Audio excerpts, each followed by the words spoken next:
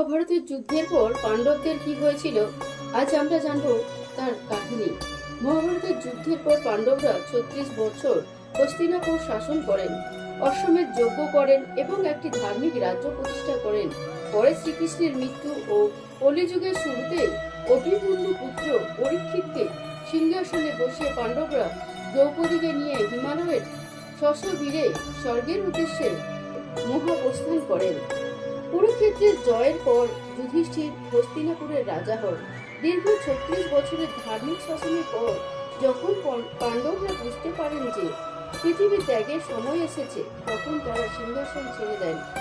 পাণ্ডব, যুধিষ্ঠির, ভীম, অর্জুন, নকুল, সহদেব এবং দ্রৌপদীর মুক্তির পথে হিমালয়ের চূড়ায় আরোহণের সিদ্ধান্ত নেন। তাদের সাথে একটি কুকুরও ছিল।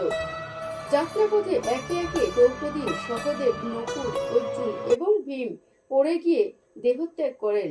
দ্রৌপদীর অহংকার, সহদেবের পাণ্ডিত্য, নকুলের রূপ, অর্জুনের আত্মবিশ্বাস এবং ভীমের উদাসীনতা, এগুলোই তাদের মৃত্যুর কারণ ছিল।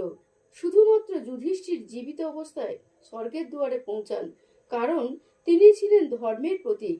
স্বর্গের প্রবেশের আগে যমরাজ, যিনি কুকুর রূপে সাথে ছিলেন, যুধিষ্ঠিরকে নরক দেখিয়েছিলেন, কারণ পাণ্ডবরা কুরুক্ষেত্রে ছলনার আশ্রয় নিয়েছিল, কিন্তু পরে তারা পাপ মুক্ত হন।